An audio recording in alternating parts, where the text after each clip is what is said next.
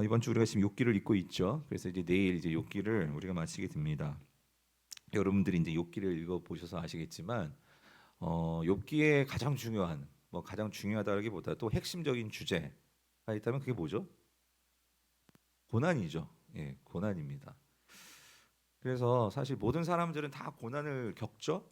예, 아마 이 자리에도 지금 그 고난 속에 계신 성도님도 계실 것이고, 예, 크고 작은 아이들이든지 청년이든지 각 가정들마다 고난을 지금 겪고 있고 혹은 겪었고 또 어떤 고난이 우리에게 닥칠지 모릅니다. 그래서 욥기는 동서고금을 막론하고 모든 이들에게 이 호소력을 갖는 그 성경 말씀이 욥기가 아닌가 이런 생각을 해봅니다. 근데 참 욥기는요 독특합니다. 또 독특한 만큼 또 심오한 책이기도 하고요. 우리가 내용에 들어가서 보면 사실 욥기는요 사실 저자가 누군지 몰라요. 그리고 또 욥기가 이 어떤 시대에 쓰였나 그 배경도 어떤 이 성경이 저처럼 말해주고 있지 않고요. 그리고 그 욥기는 그렇게 하나님 말씀이라면 우리 구약에서는 특별히 율법, 하나님의 이 법, 율법이 어느 곳이나 다 나오는데 욥기에는 그런 하나님 율법의 말씀도 나오지 않습니다. 그리고 또 이 언약의 말씀도 보이지 않고요.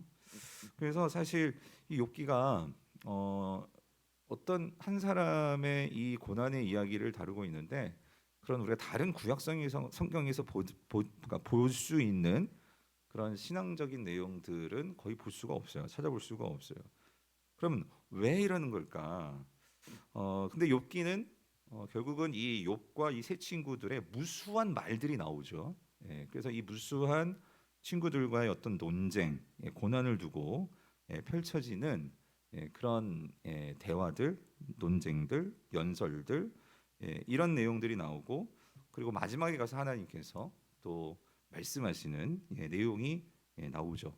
그래서 어떤 면에서는 이 욥기 저자는 그러니까 그 친구들과의 어떤 고난을 두고 서로 말을 하는 그 내용에 집중하게 만드는 것 같아요. 그리고 나서 마지막에 하나님께서 결정적으로 이제 마지막으로 말씀하시는 그 내용들 거기에 집중하게 만들기 위해서 어떤 이런 시대적인 배경이나 율법이나 이런 내용들은 말하고 있지 않는 것 같아요. 그래서 욥기의 저자는 그러한 일련의 무수한 말들을 통해서 궁극적으로 우리에게 말해주려고 하는 것이 뭐냐? 결국 우리에게요. 그러니까 이 인생을 살아가면서 우리들이 겪는 이 고난의 문제를 우리가 어떻게 봐야 될지에 대한 지혜, 이 지혜를 우리에게 말해주는 그 책인 것 같습니다. 그래서 사실 욥기가 이 고난에 대해서 결국은 우리에게 지혜를 주는데, 근데 이 지혜를 주는 방식도 좀 특이해요. 뭐냐면 그럼 욥이 고난을 당하는데 이 왜 고난을 당했는지 혹은 그러니까 이 고난을 우리가 닥친다면 그럼 어떻게 이거를 극복해야 될지 이거에 대해서 하나님께서 직접적으로 말씀하시느냐 또 그것도 아니에요. 그래서 사실 욥기 안에서 욥은 자기가 왜 고난을 받는지도 모르고 또 그 고난을 어떻게 해결해야 되는지에 대한 어떤 비법, 하나님이 주시는 어떤 가르침 그런 게 없어요. 그런데 분명한 것은 욥에게는 까닭 없이 들이닥친 고난이죠. 그러니까 이유 없이 그가 경험하게 된 고난이죠. 이 고난에 대해서 욥기는 절대로 설명해주지 않지만 욥에게요. 물론 우리는 알죠. 그 고난이 어떻게 왔는지를. 자, 그런데 이런 과정을 통해서 욥기는 우리에게 한 가지 이 점을 분명하게 말해주고 있는 것 같아요. 그건 뭐냐면 우리도 이런 고난을 당할 때 어떤 관점으로 고난을 바라볼 거냐고요. 그랬을 때 욥이 우리에게 주시려고 하는 가르쳐 주려고 하는 욥기의 저자가 가르쳐 주는 이 지혜라는 것은 그러니까 하나님의 관점으로 고난을 볼 수 있어야 한다는 거죠. 그게 지혜죠. 하나님의 관점으로 어떻게 우리도 고난을 당할 때 어떻게 그것을 바라볼 것인가. 자, 그래서 오늘 이 부분을 우리가 조금 같이 좀 살펴보려고 합니다. 그래서 여러분이 이 욥기가 42장까지 무수한 말들이 이렇게 펼쳐지지만 그러니까 욥기의 구조는요 간단합니다. 우리가 흔히 말하는 문학적인 구조, 서론, 본론, 결론 딱 떨어져요. 그래서 여러분 이 화면을 보시면 그러니까 욥기 1장부터 3장까지가 서론이에요. 그래서 여기 1장부터 2장, 여기 3장, 이 부분이 서론입니다. 여기 서론이고 그리고 이제 이 4장부터 시작해서 41장까지 뭐 정확히 말하면 42장 6절까지가 본론이에요, 본론. 그리고 나서 이제 42장 7절부터 마지막까지. 그러니까 뭐 42장이 결론이라고 보셔도 되죠. 그래서 본론이 뭐냐? 그래서 사실 우리가 읽기가 힘든 게 왜냐면 이 본론에 막 친구들하고 여러 가지 논쟁들이 나와요. 그래서 여러분들이 이제 그 4장부터 보시면 4장부터 해서 27장까지. 근데 욥기의 중간에 잠깐 우리가 뭔가 이렇게 그 마치 축구 경기에서 이 하프 타임이 있듯이 전반전 후반전 사이에 이렇게 쉬는 시간이 있잖아요. 그런 것처럼 잠깐 우리가 뭔가 이렇게 좀 지금까지 이야기들을 생각해보고 앞으로 되어질 일들을 우리가 생각해 볼 수 있는 그런 지점이 28장입니다. 28장. 그래서 28장을 기준으로 해서 4장부터 27장까지가 이제 욥의 세 친구들이 있죠. 누구죠? 엘리바스, 그다음 빌닷, 그다음 소발. 이 세 친구들이 차례로 나오죠. 그래서 세 친구들이 이제 한 친구가 얘기하고 그다음 욥이 얘기하고 그다음에 한 친구가 얘기하고 욥이 얘기하고 그리고 한 친구가 얘기하고 욥이 얘기하고 이게 사이클이 3번 돌아가요. 그게 3번의 이 대화 혹은 논쟁이죠. 근데 물론 이제 세 번째 대화에서는 여기에서는 이제 소발이 빠지지만 어쨌든 세 친구와 그 사이사이 이제 욥이 논쟁하는 그런 내용이 이제 4장부터 27장까지 쭉 진행이 되죠. 그리고 나서 29장부터 42장 6절까지는 먼저 이제 욥이 먼저 어떤 연설을 합니다. 연설을 하고 그리고 나서 새로운 친구 누구죠? 엘리후가 나와서 또 1장 연설을 해요. 그리고 나서 마지막에 누구 나오시죠? 드디어 하나님이 등장하시는 거예요. 하나님만 연설을 말씀을 하시죠. 근데 여기서는 하나님이 말씀하실 때는 특별히 누구에게 말씀을 하시는 거냐면 누구에게? 욥에게. 근데 이 하나님이 말씀하시는 부분은 이제 여러분들이 내일 보겠죠. 근데 이 부분을 보면 특이해요. 하나님께서 뭘 이렇게 설명하고 하는 게 아니라 한번 보세요. 다 뭐 하는 거예요? 질문이에요. 질문. 70가지 질문을 던지십니다. 네가 아느냐? 네가 뭐 했냐? 하면서 욥에게 계속 끊임없이 질문을 하시는 거예요. 답은 안 주세요. 계속 물어보세요. 그러고 나서 이제 마지막 42장 7절에서 욥이 마지막으로 결론을 내리죠. 자, 이게 욥의 구조인데 그런데 여러분 그 중간에 28장이 뭐가 있냐면 여러분 28장 여러분 읽어보셔서 아시겠지만 여기에서는요 욥기의 저자가 이 질문을 던져요. 지혜를 어디서 찾을 수 있냐는 거예요. 지혜가 어디서 나오느냐. 그래서 28장을 학자들은 지혜 찬가라고 부르기도 하고요. 이 부분이 시거든요. 시. 욥기의 본론 부분은 시로 돼 있거든요. 그래서 노래를 하는 거죠. 그래서 28장에서 그러니까 이 지혜, 참된 지혜가 어디로부터 나오느냐 이거를 말해주는데 그러면 왜 이 참된 지혜를 28장에서 이것을 중간에 얘기를 하느냐? 사실 여러분 욥기는 간단하다는 게 어떤 의미에서 간단하냐면요. 여러분 보세요. 여기 그러니까 28장 전반전 그래서 이 앞부분에서 욥의 세 친구들하고 이 욥이 이제 결국 논쟁을 하잖아요. 근데 이 논쟁의 주제가 뭘까요? 고난이에요. 고난. 그러니까 왜 고난을 당하냐는 거예요. 왜? 우리에게 왜 고난이 있느냐? 그래서 쉽게 말하면은 그리고 뒷부분도 마찬가지예요. 뒷부분도 이 연설도 그러니까 결국 앞부분에서 결론이 안 났어요. 그래서 뒷부분에서도 욥도 그렇고 엘리후도 그렇고 하나님도 그렇고 그러니까 지혜가 뭔지에 대해서 계속 말씀을 하시는 거죠. 말을 하는 거죠. 그래서 사실 욥기의 본론 부분은 이렇게 생각하면 돼요. 고난이라는 문제를 놓고 서로 지혜 배틀이 난 거예요. 지혜 배틀. 그러니까 지혜 그 뭐죠? 경합. 누가 똑똑하냐? 그러니까 누가 지혜가 있느냐? 이걸 놓고 서로 옥신각신하는 게 결국 이 전반부. 후반부도 마찬가지. 전반부에서 이 결판이 안 나서 욥이 다시 한번 1장 연설을 하는 거예요. 내가 지혜롭다 그거죠. 엘리후, 네가 뭐가 지혜롭냐? 내가 지혜롭다 하는 거고요. 그리고 하나님이 나오셔서 결론적으로 뭐가 지혜냐? 이걸 말씀하시는 거예요.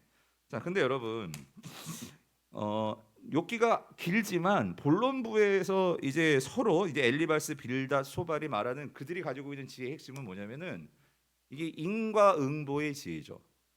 다시 말하면 이들이 가지고 있는 지혜는 그 당시 고대 중동 지방뿐만 아니라 그러니까 일반적으로 지금도 마찬가지. 오늘날에도 대부분의 사람들이 가지고 있는 지혜라고 할 수 있는 이 인과응보의 지혜, 세계를 바라보는 하나의 세계가 뭐냐면 그러니까 뿌린 대로 거둔다는 거예요.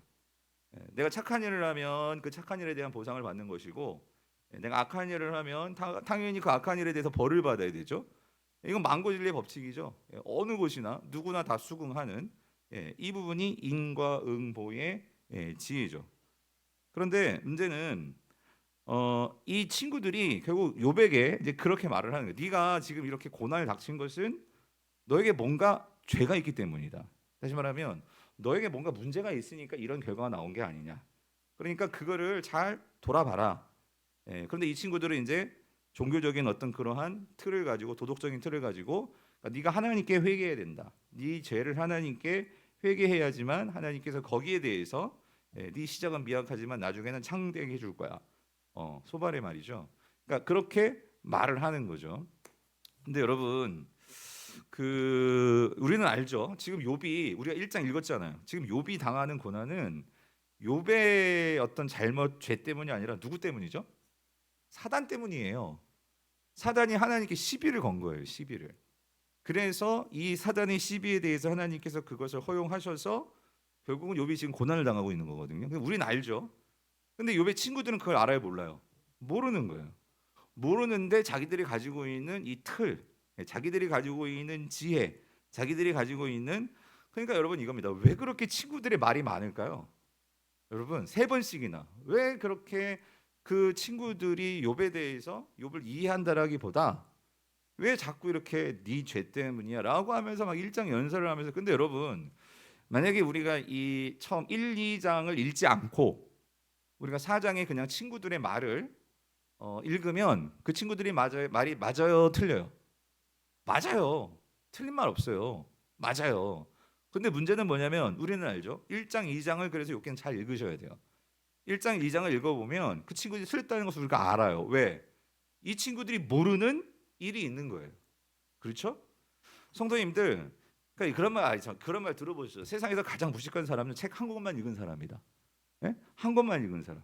그러니까 한 권만 알고 있으니까 그게 전부라고 생각하는 거예요.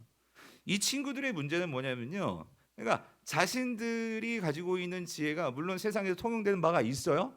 그런데 문제는 그게 다라고 생각하는 거예요. 내가 지혜롭다고 생각하는 거죠. 그러니까 그걸 자부하는 거예요. 그러다 보니까 말이 많은 거예요. 왜? 그 틀 안에서는 그게 분명하거든요. 확실하거든요. 그래서 성도님들 지금 이 엘리바스 빌라 소발의 문제는 뭐냐면은요. 그들이 알고 있는 지혜가 전부이라 생각하니까 어떤 일이 벌어지냐면은요. 그거에 대해서 자신하니까 여러분 이겁니다. 내가 가지고 있는 지혜에 대해서 그 지혜를 자부하며 그거를 내가 신봉하게 되면은요. 어떤 죄를 범하게 되냐면 내가 하나님이 되려고 해요. 예. 내가 하나님이 되게 되면 어떤 일이 벌어지냐면 남들을 정죄합니다. 예. 우리가 이게 참 무서운 거예요. 왜냐면은 지혜를 갖게 되면 좋은 유익된 점이 많아요. 근데 이 지혜라는 것이 우리가 이 세상에서 여러분 그래서 지혜의 근본은 하나님이시라는 게 하나님을 정말로 경외할 줄 알고 정말 하나님 앞에서 지혜를 추구하는 자들은 한 가지 분명한 점은요. 교만하지 않습니다.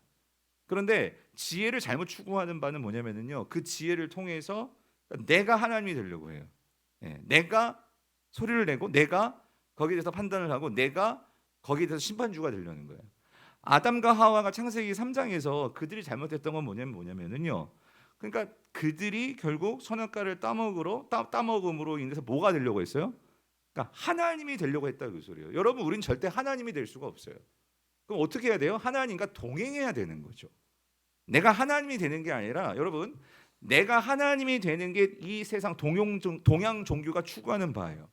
내가 신이 되는 거예요. 내가 이 세상에 그러니까 하나의 신이 되려고 하는 것이 이것이 동양 종교고 이것이 잘못된 사단이 추구하는 그런 하나님을 무시하게 만드는 방법이라면 그럼 성경은 뭐냐면요. 하나님이 되려는 게 아니라 내가 하나님과 뭐 하는 거예요? 함께 하는 거예요. 예. 하나님과 나는 분명히 구분이 돼요. 어떻게 우리가 하나님이 됩니까? 그래서 우리는 예수를 닮아가는 거지 내가 예수가 되는 거예요? 아니에요. 주님은 계세요. 우리는 그분을 따라가고 그분과 함께하는 거죠. 이게 기독교입니다. 그런데 지금 이 친구들의 문제는 뭐냐면 겉으로 보면은 그들이 하나님 편에 서요. 그리고 요백에도 네가 하나님을 어떻게 그렇게 모욕할 수 있고 어떻게 하나님에 대줄 수 있느냐라고 말하지만 그들의 삶을 보면은요 누가 하나님이 되어 있어요? 내가 하나님이 되어 있어요. 내가 정답이에요. 내가 정답. 내가 맞고. 그러니까 우리가 상대방에 대해서 하나님을 의식하고 하나님과 함께 간다는 것은 그 사람을 긍휼히 여길 줄 알고 그 사람의 말을 들으려고 하는 거예요. 그래서 그 사람과 함께 해주려고 하는 것이 하나님의 그 모습이라면 이 친구들의 문제는 그렇게 함께 하려고 찾아왔는데 정작 찾아왔는데 함께 하려고 찾아왔는데 그들이 온 모습은 뭐냐면 그들이 하나님이 되어서 심판주 노릇을 하려는 거예요. 여러분 혹시 우리가 이러고 있지는 않은지 참 조심할 필요가 있는 것 같아요. 예. 자, 이런 부분에서 하나님께서 결국은 그러면 욥은 어떠했는가? 욥도 사실 이제 친구들과 욥의 관계를 살펴보면 대화를 살펴보면은요. 욥도 끊임없이 항변을 하죠. 난 죄가 없다 그 소리. 난 무고하다 그 소리예요. 너희들이 내 형편을 아냐. 그러면서 이 욥도 끊임없이 하나님께 자신의 어떤 죄 없음을 계속 항변을 하죠. 그러면서 결국은 우리가 본론부에서는 하나님께 그렇게 좀 대들기도 하죠. 분노하기도 하죠. 하나님 정말 나를 아십니까? 하나님 어떻게 이럴 수 있습니까? 라고 하면서 하나님께 항변을 하죠. 그러니까 결국 욥도 마찬가지예요. 욥도 어떤 면에서 하나님께 계속 항변을 하는 이유는 알고 보면 욥도 그가 사로잡혀 있는 그의 지혜는 뭐죠? 인과응보예요. 예. 인과응보의 지혜를 가지고 나를 바라보면 하나님이 그럴 수 없다는 거죠. 어떻게 하나님이 나에게 이렇게 대할 수 있냐 그 소리죠. 예. 이해가 안 되니까. 결국 지금 이 우리가 아까 봤던 이 다시 한번 보여주세요. 여기에서 이 구조 속에서 결국 돌고 도는 이 무수히 많은 말들의 핵심을 들어가 보면 욥도 그렇고 친구들도 그렇고 다 모두가 다 뭐야 이 인과응보를 벗어나지를 못해요. 엘리후도 여러분 오늘 보셨지만 이 엘리후도 문제는 뭐냐면 친구들을 친구들에 대해서 잘못했다고 말을 합니다. 너희들이 왜 욥에 대해서 왜 그런 식으로 얘기하냐. 근데 그러면서 욥에게도 말하죠. 네가 어떻게 하나님께 그렇게 대줄 수가 있느냐. 근데 결국 엘리후가 말하는 것도 뭐예요? 어떻게 심은 대로 어떻게 욥이 뭔가 문제가 있으니까 하나님께서 그러지 않겠냐. 결국 돌고 돌아 엘리후도 뭐예요? 인과응보더라. 이게 이제 이 본론부에서 우리에게 말해주고 있는 바죠. 자, 그러면 우리는 이러한 논쟁들을 계속 보면서 이런 질문이 드는 거예요. 그럼 도대체 뭐 때문이냐 그 소리죠. 뭐 때문이냐, 그죠? 그래서 우리가 욥기를 읽으면서 사실 우리가 제일 불편한 이유가 뭘까요? 그러니까 1장, 2장을 딱 읽는 순간부터 우리는 이제 욥에 당하는 고난의 이유를 알잖아요. 그리고 본론 들어와서 이 욥의 친구들과 욥이 계속 논쟁하는 것도 그러니까 친구들은 이 이유를 모르고 사실 욥도 그 이유를 모르잖아요. 그러면서 이 은과 응보라는 세상의 지혜를 가지고 그들이 옥신각신하면서 서로 잘났다 그러고 있단 말이에요. 그런데 우리는 그러면 어떤 질문이 드냐면 독자들은 저와 여러분들은 여러분 어떤 질문 들지 않으세요? 욥기를 읽으면서 어떤 질문 들지 않았어요? 아무 질문 없었어요? 욥기가 불편한 이유는 뭐예요? 아니 그렇다면 하나님께서 왜 이렇게 의인이고 아무 잘못 없는 욥에게 그러니까 사단이 시비를 걸었는데 치더라도 왜 이 사단의 요청을 허용해 주시고 욥에게 정말 우리가 끔찍한 자녀들이 다 죽어 나가고 모든 재산 다 잃고 아내 떠나가고 몸에는 병에 걸리고 어떻게 그럴 수 있냐는 거 어떻게 그럴 수 있느냐. 여러분 그런 생각 안 드셨습니까? 예. 이 질문이란 말이죠. 이 질문. 그래서 우리는 이 이유도 알고 이런 모든 욥과 친구들의 이러한 지혜를 추구하는 그런 모습도 보면서 우리는 이 질문을 가지고 욥기를 풀어 나가야 되는 숙제를 갖게 되는 거죠. 예. 자, 그래서 여러분 오늘 다시 그래서 여러분 1장을 잘 읽으셔야 된다. 욥기를 잘 풀어내려면 1장을 잘 읽으셔야 된다. 1, 2장을. 그래서 오늘 그걸 좀 우리가 풀어보려고 하는데요. 자, 1장 1절 다시 한번 읽어볼게요. 1장 1절 시작. 우스 땅에 욥이라 불리는 사람이 있었는데 그 사람은 온전하고 정직하여 하나님을 경외하며 악에서 그러니까 욥기는요 아주 대단한 어떤 논리력을 가지고 구성력을 가지고 뭐 시대 배경 저자 이런 거 다 생략하고요. 첫 번째부터 우리의 모든 관심을요. 욥이 참 대단한 사람이다. 의인이다. 그러니까 욥에 대해서 우리가 되게 긍정적인 반응을 갖게 만들어요. 왜 그러냐면 욥이 긍정적으로 보일수록 하나님이 지금 하신 내용이 불합리하게 생각되는 거예요. 예. 공의롭다는 하나님이 어떻게 이렇게 이런 고난을 내릴 수 있냐라는 생각이 우리에게 드는 거예요. 예. 어떻게 하나님이 공의로우시고 하나님이 선하시다면 왜 고난이라는 것을 왜 이거를 이렇게 허용하시냐 그 소리예요. 아니 이렇게 이 세상에 선하신 하나님이 계시는데 왜 지금도 끊임없이 전쟁이 일어나면서 악이 왜 이 선한 사람들을 그렇게 핍박하고 애들이 죽어나가고 이 불합리한 세상이 이렇게 판을 치도록 왜 하나님은 그걸 그냥 보고 계시냐는 거죠. 예. 이런 문제들이 우리에게 제기가 된단 말이에요. 그래서 이런 문제들을 신학에서는 이걸 신정론이라고 하죠. 신정론. 그러니까 하나님은 어떻게 이러한 세상의 악과 죄악을 그냥 보고만 계시느냐? 이런 질문들이 끊임없이 2000년 동안 아니 그 이전부터 이 문제가 계속해서 사람들에게 질문이 되어져 온 거죠. 자 그렇다면 자 여러분 하나님께서요 그럼 보세요 왜 이런 일이 벌어졌나 그 발단을 우리가 보면은요 6절 보세요 6절부터 볼게요 6절부터 8절 같이 한번 읽어볼게요 시작 하루는 하나님의 아들들이 와서 여호와 앞에 섰고 사탄도 그들 가운데 온지라요. 자 우리가 1절부터 5절까지는요 이 배경이 이제 이 땅이었어요. 그러다 갑자기 6절 들면서 카메라가요 이제 하늘을 비춰요. 하늘 회의, 천상 회의. 거기에 하나님도 계시고 천사들도 계시고 또 이러한 사단도 이제 불러들여서 하나님께서 거기에서 어떤 어전 회의, 하늘 회의, 왕의 회의를 하는 모습이 우리에게 보여지는데 거기에 사탄도 올라왔어요. 그래서 그 사탄에게 자 하나님께 물으시죠. 7절 여호와께서 사탄에게 이르시되 네가 어디서 왔느냐. 사탄이 여호와께 대답을 하죠. 내가 땅을 두루 여기저기 다니다가 왔습니다. 그러니까 자 하나님께서 사탄에게 이런 말씀하시죠. 8절 읽어볼게요. 시작. 여호와께서 사탄에게 이르시되 네가 나를 내 종 욥을 주의하여 보았느냐. 그와 같이 온전하고 정직하여 하나님을 경외하며 악에서 떠난다는 세상에 뭐예요? 자 하나님께서 뭐 하시냐면요. 이제 사탄도 세상을 막 여기저기 그러니까 둘러보면서 많은 사람들 보았을 거 아니에요. 그런데 하나님이 대뜸 사탄에게 그러시는 거. 너 욥 봤니? 그러시면서 뭐라고 말씀하세요? 욥을 막 칭찬하시는 거예요. 그죠? 욥이 어떻대요? 어떻대요?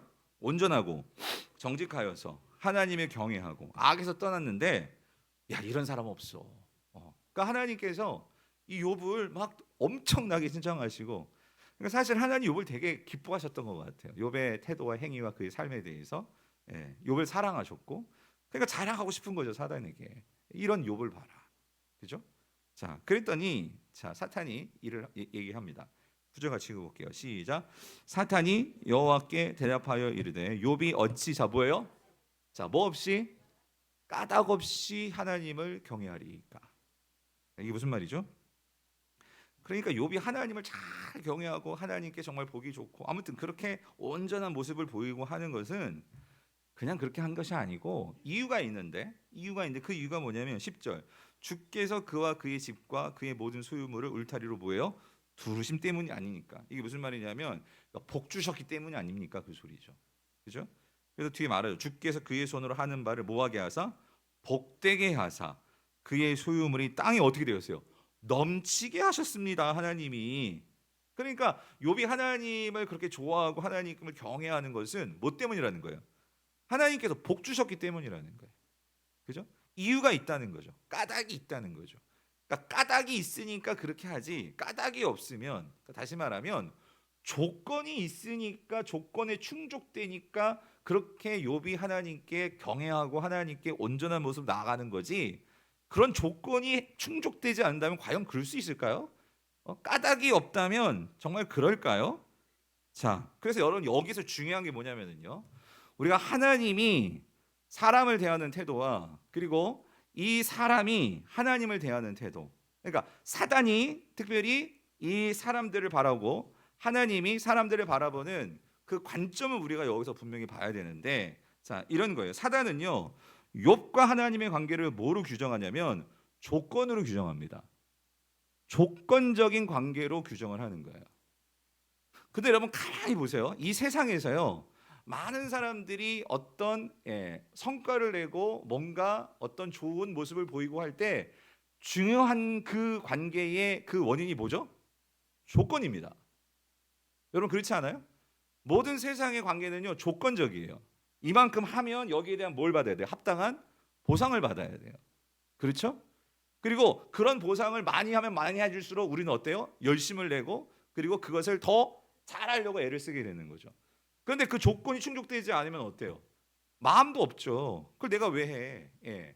그러니까 어떤 면에서 이 세상이 굴러가는 이 세상의 방식은요 조건적인 방식이에요. 그 사단도 그걸 말하는 거예요. 인간은 조건적입니다, 하나님. 그 조건으로 되어지는 거예요.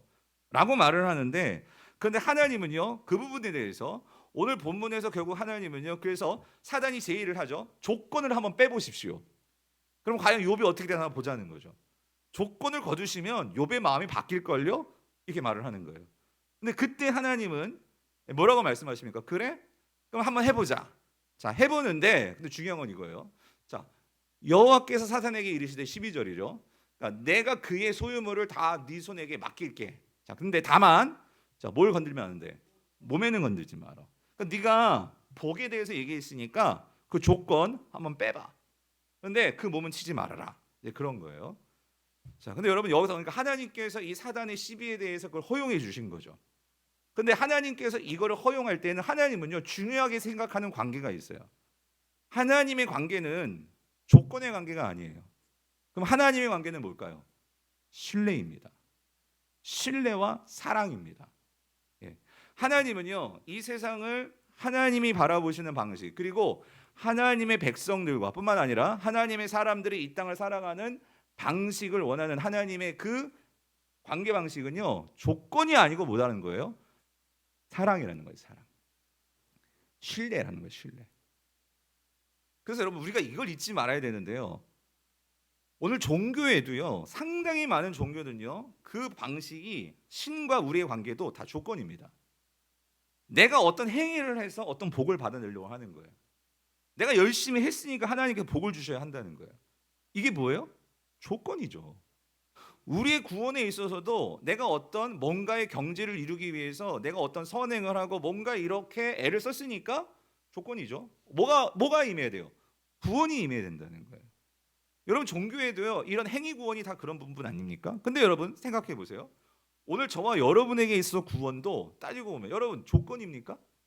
오늘 하나님께서 저와 여러분들에게 구원을 주셨는데 이게 조건이었어요? 뭐예요? 은혜죠. 사랑이죠. 하나님을 향한 우리의 신뢰, 우리를 향한 신뢰와 하나님을 향한 신뢰가 하나님께서 그 사랑으로 우리를 강권하실 때에 우리가 하나님을 신뢰하며 그래서 하나님께 우리가 봉사도 있는 거고 희생도 있는 거고 섬김도 있는 거지 우리가 희생과 봉사와 섬김을 통해서 하나님의 구원을 끌어내려는 거예요? 아니잖아요. 사랑하는 우리가 이걸 잊으면 안 돼요. 하나님의 관계는 조건이 아니에요. 그런데 오늘 이 사단은 그 하나님의 모든 것에 대해서 그것을 부인하면서 조건으로 가지고 말을 하고 있단 말이죠. 자, 그랬는데 결국 그렇게 모든 소유를 다 뺏어갔어요. 근데 욥이 어떻게 반응했죠? 처음에는 어떻게 반응했어요? 그 부분에 대해서 정말 하나님께서 욥을 믿었던 것처럼 이 욥은요 그 하나님의 신뢰를 깨지 않죠.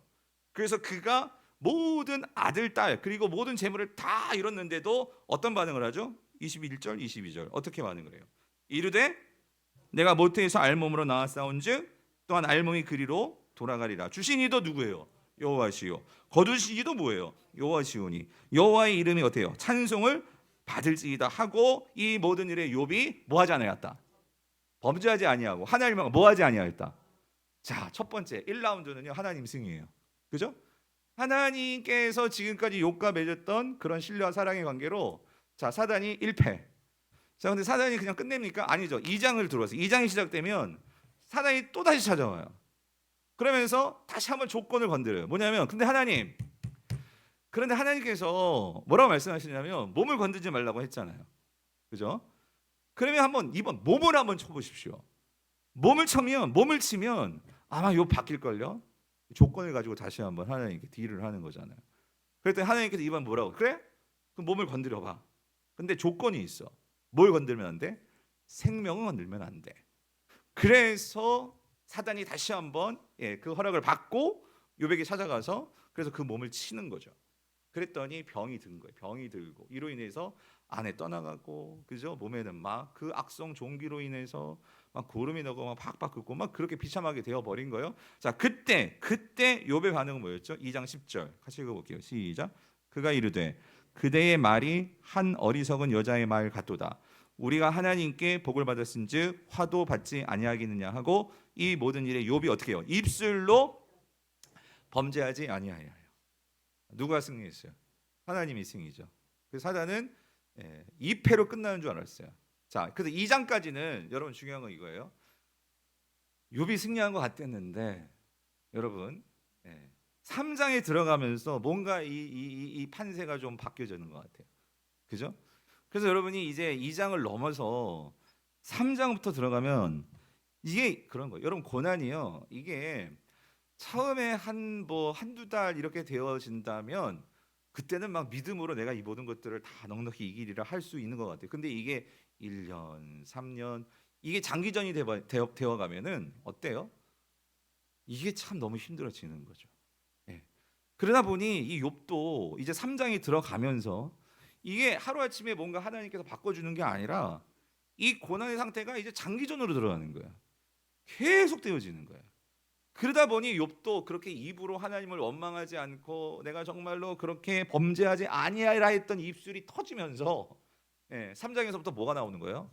원망, 불평, 그리고 나중에는 급기야는 뭐예요? 하나님에 대해서 따지기까지 하는 이 욥의 모습이 나오더라는 거예요. 그래서 여러분 10장 가면은요. 10장 가면 보세요. 10장에 보면 여러분 이렇습니다. 여러분 어떤 분들은 1장하고 2장만 읽은 사람은요. 욥의 원망 불평 안 한 줄로 알아. 여러분 아닙니다. 여러분 지금 본론 부분 가면은요. 얼마나 욥이 원망 불평하는지 몰라요. 여러분 1절 10장 1절 보면 말하죠. 내 영혼이 살기에 곤비하니 내 뭘 토로해요? 불평을 토로하고 내 마음이 괴로운 대로 뭐예요? 말하리라 해요. 제가 여기서요. 자, 보세요. 2절. 내가 하나님께 아뢰오리니 나를 정죄하지 마시고 무슨 까닭으로 나와 더불어 변론하시는 내게 좀 알게 하옵소서 하면서 하나님께서 막 따지기 시작합니다. 그죠? 그러면서 하나님 이렇게 얘기하죠. 주께서 주의 손으로 지으신 것을 어떻게 뭐예요? 학대하시고 멸시하시고. 그죠? 악인의 꾀에 빛을 비추시기를 선히 여기시나이까 하면서 하나님께 뭐 하는 거예요? 따지는 거죠. 예? 그리고 저는 이 표현이요. 4절. 주께도 육신의 눈이 있나이까? 주께서 사람처럼 보시나이까? 무슨 말이에요? 하나님 눈이 있다면 정말 못 보실걸요? 이룰 수 없을걸요? 여러분 아마 이게요. 여러분들 중에도 정말 고난 속에 있는 분들은 진짜 이런 심정들이 나오실 거예요. 그런데 여러분 한 가지 제가 말씀드렸죠. 어떤 성도님들은 정말 하나님께 이렇게 해도 돼요? 물어보시는데 하나님께 이렇게 원망하고 불평해도 돼요? 그러시는데 욥기는 우리에게 분명히 말해줘요. 여러분 내가 지금 고통 중에 있는데 답답한데 어려운데 그걸 어떻게 꼭 참고 있습니까? 하나님께 토로하시라 그 소리예요. 하나님은 그걸 다 받아주실 수 있는 분이세요. 하나님께 나와서 따지시는데 하나님은 그거를요 다 듣고 계십니다.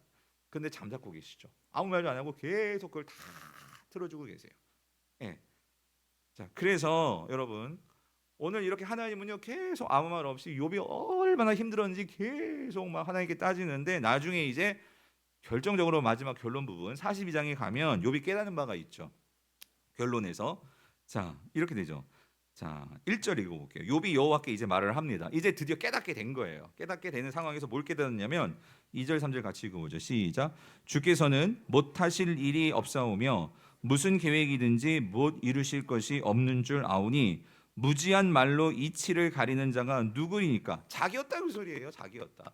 무지한 말로 내가까지 지금까지 얼마나 많은 말을 했어요. 그게 참 무지했던 거구나.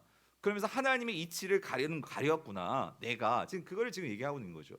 그래서 나는 뭐래요? 뭐했대요? 깨닫지도 뭐예요? 못하면서 뭐했다? 말하였고, 그죠? 스스로 알 수도 없고 헤아리기도 어려운 일을 내가 뭐하였다? 말하였다 그 소리예요. 예. 그러면서 이제 이어지는 말 5절 6절이 우리가 욥기도 중요한 욥의 변화죠. 자, 그가 이렇게 고백합니다. 같이 읽어볼게요. 시작. 내가 주께 대하여 귀로 듣기만 하였사오나 이제는 눈으로 주를 배움나이다. 그러므로 내가 스스로 이 모든 걸 다 걷어들이고 티끌과 제 가운데서 뭐래요? 회개하나이다. 여러분 욥이 뭔가 변한 게 보이십니까? 예, 우리가 지금 4장부터 41장을 그냥 뛰어넘어서 잘 모를 수 있지만 여러분 읽었으니까 이 욥이 엄청난 변화가 일어난 거예요. 그죠? 지금 욥의 고난이 지금 해결된 게 아니에요. 병 나았다더라 그런 말 없었어요. 지금도 어떤 면에서는 병에 지금 계속 있는 상태일 거예요. 그런데 그런 상황에서 지금 욥이요 하나님 앞에서 자기가 자신이 지금까지 했던 말을 다 걷어들이고 그리고 하나님 앞에서 정말 뭐라고 고백하냐면 내가 이런 모든 과정을 지금 다 거쳐왔는데 내가 지금까지는 하나님을 귀로만 들어서 아는 것 같았어요. 근데 내가 이런 모든 과정을 거치면서 지금 뭘 깨달았냐면 이제는 하나님을 뭐로 보는 것 같아요? 눈으로 보는 것 같아요. 여러분 이게 무슨 말일까요? 무슨 말이죠? 진짜 하나님을 눈으로 봤다는 거예요? 아니죠. 하나님이 어떤 분이신지를 정말 깨달은 거예요. 예. 이 삶을 거치면서 그러니까 선명하게 그 하나님을 보게 된 거죠. 영혼의 눈으로. 그러니까 왜 나에게 하나님께서 왜 고난을 당했는지 말해주시진 않았어요. 욥은 끝까지 몰라요. 사단이 그렇게 하나님께 시비 걸어가지고 내가 정말 이런 고난을 당했다는 걸 몰라요. 그런데 놀라운 게 뭐냐면 여러분 욥기를 보면서 처음에는 욥이 왜 그렇습니까? 왜 내가 무슨 죄를 지었다고 하나님 이럴 수 있습니까? 라고 하나님께 그 이유를 묻어요. 그 까닭이 뭐냐고. 그러니까 조건이 있을 거 아니냐 그 소리예요. 하나님 뭔가 아쉬운 것이 있든지 내가 정말 최선을 다해서 애들을 위해서도 그렇게 애들마다 내가 제사 드리고 그렇게 하나님과의 관계를 지키기 위해서 나는 애를 썼는데 아니 무슨 까닭이 있으니까 그런 거 아닙니까? 사단도 그랬던 것처럼. 그런데 욥기에서는 그 까닭을 말해주지 않아요. 근데 이 욥이 나중에 그것을 듣지도 않았는데 근데 욥은 뭐라고 말하냐면 내가 귀로 듣기만 하는 것 같았었는데 그게 아니라 이제는 눈으로 보았고 그리고 내가 이 모든 것을 다 거둬들이고 내가 하나님 앞에서 자, 뭐 한다고요? 회개하나이다. 근데 여러분 이 회개하나이다라는 이 단어가요. 이 회개는요. 그냥 우리 성경말로 그냥 회개라는 단어를 생각해 보면 여러분 회개는 뭐 하는 거죠? 돌이키는 거예요. 그래서 여기서 이 회개한다는 의미는요. 맞아요. 뭔가 지금 변화가 일어난 거예요. 내가 변화했습니다 이런 의미인데 나함이라는 히브리어거든요. 이 회개하나이다가 그 회개하나이다라는 이 단어의 나함이라는 뜻은요. 이게 한탄하다 그 소리예요. 첫 번째 의미는 그러니까 무슨 말이냐면 지금까지 나의 이런 모습을 두고 난 한탄이 나오는 거예요. 내가 왜 그랬을까? 이러면 안 되는데 뭔가 깨달은 거죠. 그러면서 뭔가 변화가 일어난 거예요. 그래서 한탄하다는 뜻은 또 어떤 의미가 있냐면요. 위로를 받다라는 뜻이 있어요. 그래서 저는 여기서 이 번역이 그러니까 위로를 받다라는 의미가 참 와닿는 것 같아요. 뭐냐면 욥이 4장부터 41장까지 과정을 쭉 거치면서 까닭 없이 어떻게 하나님이 이룰 수 있을까? 그는 정말 답답했어요. 그런데 중요한 거 38장부터 38장, 39장, 40장에서 하나님이 욥에게 찾아오셔가지고 끊임없이 질문을 던지시죠. 그리고 나서 41장 넘어가면서 42장에서 이것들을 다 하나님의 질문을 받고 근데 하나님께서 주신 답은 없어요. 근데 이것들을 질문을 받고 그것들을 생각하는 과정에서 뭔가 욥에게 변화가 일어났어요. 근데 그 변화가 뭐냐면 이런 모든 것들을 지금까지 자신이 했던 모든 것들을 다 걷어들이면서 치유를 받은 것 같아요.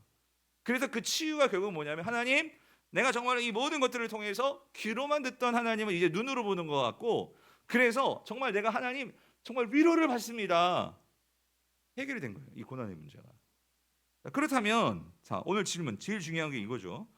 어떻게 욥이 하나님은 어떤 고난의 이유를 설명해 준 것도 아니고 그런데 욥이 어떻게 이런 치유가 일어난 것일까? 어떻게 이런 변화가 일어날 수 있었던 것일까? 이게 중요하잖아요.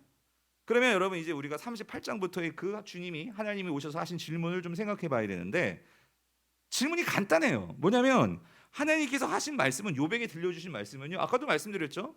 질문밖에 없어요. 근데 질문이 어떤 거냐면 이런 질문이에요. 38장 4절을 보면 이런 거죠. 내가 땅에 기초를 놓을 때에 네가 어디 있었느냐? 네가 깨달아 알았거든 말할지니라. 하나님께서 자꾸 물으십니다. 네가 아냐? 그리고 예를 들어 또 이런 거 39장 1절 2절 산 염소가 새끼 치는 때를 네가 아니? 암사슴이 새끼 낳는 것을 네가 본 적이 있니? 여러분 본 적 있으세요? 강아지 낳는 건 본 적 있을지 모르겠지만 이 산에 사슴이 낳는 거 보셨어요? 또 몇 달 만에 만삭되는지 여러분 아십니까? 그러니까 이런 질문들을 하시는 거예요. 네가 아냐? 계속 이런 질문이에요. 이게 뭐냐는 거예요, 여러분. 아니 어떻게 하나님께서 계속 질문하셨는데 이거에 욥이 어떻게 여기에서 그가 치유를 받고 위로를 받았습니다라고 말을 할 수 있는 것일까요? 욥기에서는 이게 풀어져야 돼요. 이게. 근데 여러분 여기 38장, 39장, 40장에서 41장까지 그러니까 하나님이 욥에게 쏟아놓으신 질문의 공통적인 주제는 뭐죠? 고난이에요? 그럼 뭐예요? 창조입니다. 예. 하나님이 창조하신 것들을 가지고 물어요. 네가 이거 아냐고. 근데 여러분 잘 생각해 보세요. 욥은요. 그 하나님의 창조 어떻게 하늘이 이게 지금 여기 놓아졌고 땅의 기초가 세워졌고 그거 생각해 본 적 없었어요. 그죠? 그런데 이 세상이 돌아가잖아요. 그잖아요? 내가 그 까닭을 알려고 하지 않았죠. 그런데 이 세상은 잘 돌아가고 있었어요. 심지어 여러분 40장 41장에서는 특별히 41장에서는 어떤 내용이 나오면요. 거기에는요. 그 성경에서 우리가 리워야단이라고 하면 리워야단 아주 고대의 아주 특별한 신비한 동물이죠. 근데 이 리워야단은 우리가 선지서나 이게 이제 요한계시록까지 연결되면 이 리워야단이 의미하는 그 동물 이게 큰 뱀이라고도 하고 그래서 이게 결국 사단을 상징하는 그러한 의미가 리워야단에게 주어지는데 그러니까 여러분 40장에서는 뱀 옷이 나오고 41장에서는 리워야단이 나오는데 이런 리워야단이 말하는 그 의미는 뭐냐면 네가 리워야단을 아니? 이렇게 말씀하시는데 그 의미로 들어가서 보면 사실 이런 거예요. 네가 사단의 존재를 정말 아니? 그 소리예요. 결국 여러분 사단도 누구 손에서 나온 거예요? 하나님 손에서 나온 거예요. 그런데 여러분 지금 욥의 문제가 사실은요 누구와의 관계에서 나온 거예요? 사단과의 관계에서 나온 거죠. 하나님과의 관계에서 나온 거죠. 그 모든 것이 하나님이 주관하시고 영적인 세계조차도 하나님께서 주관하시는 거예요. 그러니까 모든 것이 창조에서부터 나오는데 지금 하나님은요 그 문제를 가지고 물으시는 거예요. 네가 아냐고. 자, 근데 여러분 이 질문 한번 해볼게요. 왜 하나님은 지금 욥의 고난의 문제를 해결해 주는 데 있어서 그 고난의 이유를 설명해 주는 것이 아니라 왜 창조의 이 문제를 가지고 질문하시는 걸까요? 성도님들, 왜 창조를 보여주시면서 계속 끊임없이 질문하시는 걸까요? 결국 창조를 통해서 하나님은요 이 모든 것을 누가 만드셨죠? 하나님 만드셨어요. 그리고 이 모든 것들에 대한 지혜와 이 모든 것들을 주관하시는 분은 누구세요? 하나님이세요. 심지어 사단을 부리시는 분 누구십니까? 하나님이세요. 이거를 말하는 부분도 있겠지만 더 중요한 부분이 있더라고요. 제가 이번에 욥기를 묵상하면서 깨달았던 건 뭐냐면요. 하나님께서 이런 창조의 것들을 끊임없이 말씀하시면서 왜 욥에게 왜 이 질문들을 하시는 걸까? 여러분 그건 뭘까요? 그거는요. 이걸 깨닫게 하시기 위한 거예요.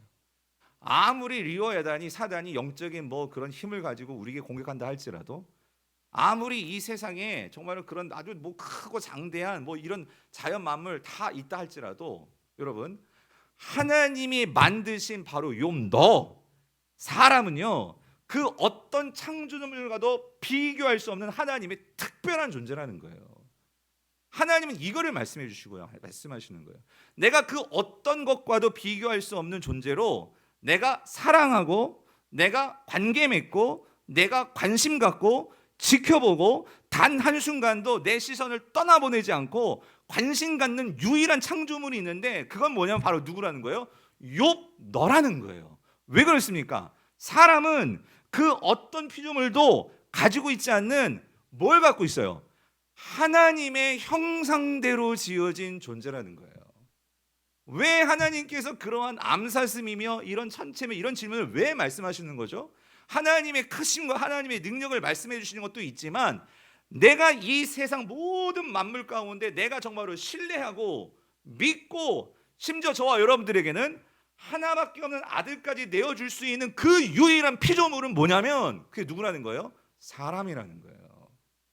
욥 너라는 거예요. 내가 사단이 너에게 시비 걸 때 내가 이 고난을 허용한 것은 너 골탕 먹이려고 한 것이 아니고 나는 정말 너를 믿는다는 거예요. 나는 너와 함께 정말로 그 신뢰의 관계를 갖기를 원한다는 거예요. 나는 너를 믿고 있고 너에게 나의 모든 명예를 다 걸어서 그 악한 사단에게 내가 창조하였고 내가 사랑하는 이 욥 하나님의 형상을 가진 네가 얼마나 대단한 존재인지 이 사단에게 보여주고 싶으신 거예요. 사랑하는 성도님들, 어떤 면에서 하나님께서 저와 여러분들에게 이해할 수 없는 고난 속에 여러분을 갖다 놓을 수가 있어요. 그러면 우리는 하나님 왜 나한테 이런 고난입니까? 왜 나에게 이러한 어려움을 주십니까? 왜 나의 아이에게, 내 남편에게, 내 아내에게 왜 나의 삶에 이런 고난을 주셔가지고 왜 이렇게 힘들게 하십니까? 라고 우리는 그런 질문을 하기 쉬워요. 여러분, 그거는요 1차원적인 질문이에요. 그런데 하나님께서요, 여러분 오늘 우리에게요, 여러분 각자를 다 다르게 만드셨고 오늘 저와 여러분들에게 하나님께서 맡기신 자리들이 있어요. 그런 자리를 맡기신 것은 여러분 이거 믿으십시오. 하나님은 그 자리에 있는 여러분을 믿기 때문이라는 거예요. 그 자리에 있는 여러분의 남편과 아내와 자녀들을 믿기 때문이라는 거예요. 그걸 믿기 때문에 그들에게 그런 어려움도 주시고 그런 좋은 일도 주시고 우리가 생각하지 못하는 까닭 없이 찾아드는 일들이 있다, 그 소리예요. 그 상황 속에서 하나님은 너를 믿고 있고, 그리고 그 사단에게 그런 너를 자랑하고 싶으신 것이 누구의 마음입니까? 하나님의 마음이라는 거예요. 그러므로 그 하나님의 마음을 정말로 내가 깨닫게 된다면 여러분, 고난의 원인은 중요하지 않아요. 욥이, 저는 이 요번에 욥기를 읽으면서 참 놀라운 것을 욥이 발견하더라고요. 그건 뭐냐면 욥은 정말 외로웠어요. 내가 이런 고난을 당하고 있는데 그 누구도 내 마음을 알아주지를 않아요. 친구들조차도 와도, 예? 심지어 아무도 내 마음을 몰라주는 상황이에요. 근데 그 상황에서 욥이 그 고난을 지나가면서 뭐를 보기 시작하면요, 좀 놀라운 게 뭐냐면은요, 욥이요, 그러니까 이런 고백들을 하죠. 욥기 16장 19절 21절. 그러니까 무슨 고백을 합니까? 욥기 16장 19절에서 20절. 자, 욥이요 고통 속에서 놀라운 사실을 깨달았는데 그건 뭐냐면은요, 욥이 이런 고백해요. 나에게 정말 이런 중보자가 있었으면 좋겠다. 무슨 말입니까? 19절. 지금 나의 증인이 어디예요? 하늘에 계시고 나의 중보자가 어때요? 높은 데 계시니라. 나의 친구는 나를 조롱하고 내 눈은 하나님을 향하여 눈물을 흘리니 사람과 하나님 사이에와 인자와 그 이웃 사이에 뭐예요? 중재하기를 원하노니. 그러니까 지금 욥은요 의지할 건 누구밖에 없죠? 하나님밖에 없어요. 친구들도 없고 아내도 다 떠나가고. 그러니까 내 이 모든 상황을 알아주는 것은요, 여러분 내한은 정말 아무런 죄가 없는데, 그러니까 이 모든 것을 풀어주기 위해서는 내 힘으로 되지 않아요. 그죠? 그런 면에서 누가 나서줘야 되냐면 누가 나서줘야 돼요? 하나님이 나서줘야 되는 거예요. 그러니까 여러분 욥이 중간에 그렇게 하나님을 원망하고 하나님에 대해서 그렇게 막 따지기도 하고 하지만 욥이 그래도 정말 이 욥이 사단처럼 그렇게, 죄송해요, 빨빨거리고, 예? 하나님 그 통치를 벗어나 가지고 그렇게 세상 뱅뱅뱅뱅 돌다가 그런 삶에 빠지지 않는 그 욥의 중요한 점은 뭐냐면은요, 비록 이해되지 않고 힘들고 해서 하나님께 따지기도 하지만 욥은요 하나님을 떠나가지는 않았다는 거예요. 예. 그 하나님 곁에 있어서 때로는 눈물을 흘리고 원망하지만 그가 정말로 깨달은 건 뭐냐면은요, 오늘 이런 모든 내 친구와 이 억울한 이 문제요, 내가 아무리 그에게 얘기하고 따지고 누가 잘나냐 해봐도 이게 해결이 안 돼. 이런 상황에서는 이걸 풀어주기 위해서 누가 필요해요? 중보자가 필요한데 그 중보자는 누구십니까? 하나님이시라는 거예요. 하나님. 그러면서 욥은요 이렇게까지 얘기합니다. 19장에 보면은요 이렇게 얘기하죠. 19장 25절 26절 같이 읽어볼게요. 내가 알기에는 나의 뭐예요? 대속자가 살아계시니 마침내 그가 땅 위에 뭐라고요? 서실 것이라. 그런데 26절이 중요한데 보세요. 내 가죽이 벗김을 당한 뒤에도 내가 육체 밖에서 어떻게 해요? 욥은 어떤 소망을 가졌냐면요, 이거예요. 내가 지금 아직 하나님 나에게 다가오시지 않잖아요. 그런데 욥은 뭘 믿었냐면요, 하나님이 이 모든 것을 다 지켜보고 계신다는 걸 믿었던 거예요. 그래서 비록 내가 지금 죽어서 가죽이 벗김을 당한다, 이 말은 내가 죽는다 그 소리예요. 자, 죽고 끝나는 게 아니라 끝나는 게 아니라 죽은 다음에 분명히 하나님은 이 모든 것에 대해서 이 모든 것들을 뭐예요? 대언해 주시는, 이 모든 것들에 대해서 대속해 주시는 그 하나님이 있을 거라는 믿음을 가졌어요. 네. 여러분 이게 대단하다는 거예요. 이게 대단하다는 거예요. 네. 그런데 여러분 이게 오늘 욥은요 이 고난을 통과하면서 놀라운 고난의 신비를 깨달았다 그 소리예요. 우리 인생에서 정말 필요한 것은 중보자고, 우리 인생에서 정말 필요한 것은 이런 나의 모든 억울함과 이 모든 것을 대속해 줄 수 있는, 해결해 줄 수 있는 우리에게는 정말 대속자가 필요하구나 하는 것을 욥은 절실하게 깨달았다는 거예요. 그럼 여러분께 여쭤볼게요. 여러분의 고난의 문제에서 여러분은 중보자를 정말로 절실하게 여러분이 원하십니까? 내 고난이 풀어지지 않다 할지라도 이 모든 것들을 아시고 내가 죽어서라도 이 모든 것들을 다 해결해 주시고, 그러니까 다 그거에 대해서 답답함을 해결해 줄 수 있는 그런 대속자, 그런 중보자가 나에게 필요하다는 것을 여러분이 정말로 여러분이 고백하십니까? 그런데 놀라운 사실은 욥이 이렇게 깨달았던, 우리는 알죠. 우리에게 있어도 유일한 중보자는 누구십니까? 누구세요? 그래서 사도 바울이 얘기하고 있죠. 사도 바울이 디모데 후서에서 분명히 말을 합니다. 뭐라고 얘기합니까? 그가 고백해요. 디모데전서 2장 5절. 하나님이 뭐예요? 한 분이시요. 또 하나님과 사람 사이에 뭐예요? 중보자도 한 분이시니 곧 사람이신 누구다? 그리스도 예수라는 거예요. 이 사실을 우리는 분명히 예수가 이 땅에 오셔서 우리의 중보자 되어주시고 대속주 되어주시고 이걸 분명히 아는데, 욥은요 자신의 고난을 통과하면서 이 놀라운 구원의 신비, 이러한 대속의 신비, 이 신약에서 이루실 예수 그리스도를 그는 깨달았다 그 소리예요. 고난을 통과하면서. 그랬을 때 그는 그 고난 속에서 그 고난의 문제 해결하지 않았는데도 그 하나님께서 나를 지켜봐 주시고, 그리고 하나님께서 나를 사랑하셔서 그래서 나에게 그 하나님의 형상을 가진 그런 나를 믿어주시고 나와 함께 하신다는 사실을 그는 깨달았던 거예요. 그랬을 때 내가 귀로만 듣던 하나님을 눈으로 보았고, 그런 하나님이 항상 내 편이시라는 것을 그가 정말로 깨달았을 때 그는 뭐를 얻었다고요? 위로를 얻었다. 그런데 여러분, 오늘 저와 여러분들에게 이 욥이 깨달았던 이 고난 속에서 그 대속주 중보자를 만났다면, 우리는요 예수님이 실제로 이 땅에 오셔서 저와 여러분들이 지금 그 고난을 당하는 순간 속에서 여러분 혼자 두지 않기 위해서 예수님은 친히 어떻게 하셨습니까? 욥은 홀로 그 고난을 다 독박 쓰고 그렇게 고난 속에서 그 고난을 통과하는데, 우리 예수님은 어떻게 하셨습니까? 히브리서 2장 18절 뭐라고 말씀하세요? 2장 18절, 그가 시험을 받아 고난을 당하셨은지 시험 받는 자들을 뭐예요? 능히 도우실 수 있느니라. 예수 그리스도는 지금 여러분이 당하고 있는 그 고난을 혼자 그렇게 독박 쓰고 그 고난을 지나가는 것이 아니라, 그 속에서 예수님이 우리보다 먼저 십자가에 달려 그 온 고난을 다 당하시면서 누구를 생각하시면서, 오늘 저와 여러분들을 생각하시면서 이 세상 속에서 이 욥을 하나님이 그렇게 자랑스럽게 여기시고 사단에게 자랑하셨다면, 이제는 저와 여러분들이 삶 속에서 당하는 고난 속에서 사단에게 자랑하고 싶으신 예수님, 사단에게 이러한 내 사랑한 아들 딸들을 보라고 그 하나님이 사단에게 이러한 시험 속에서도 나와 함께하는 내 아들을 보라, 딸을 보라, 그 자들을 격려하시기 위해서 혼자 내두지 아니하시고 예수를 보내셔서 도우실 수 있는 그러한 길을 우리에게 열어주셨다 그 소리예요. 그래서 여러분 히브리서 4장 15절 16절 뭐라고 말씀하세요? 우리에게 있는 이 대제사장은, 중보자는, 대언자는 뭐예요? 우리의 연약함을 동정하지 못하시리가 아니요 모든 일에 우리와 똑같이 시험을 받으시니로되 뭐예요? 죄가 없으시니라. 그렇기 때문에 우리는 뭐예요? 긍휼하심을 받고 때를 따라 돕는 은혜를 얻기 위하여 어떻게 할 수 있다고요? 은혜의 보좌 앞에 담대히 나아가면 되는데, 우리는 여전히 왜 까닭 없이 그러면서 우리는 뭐 하고 있다는 거예요? 그 나에게 다가오셔서 함께 하시는 그 주님 붙들고 고난을 통과하는 게 아니라 우리는 고난 자체에 매몰되는 거예요. 그래서 어떻게 그럴 수 있냐고, 우리는 그 속에서 여전히 우리가 주시는 하나님의 그 믿음, 우리를 향한 사랑, 우리가 그거를요 놓치고 살아가고 있지는 않느냐.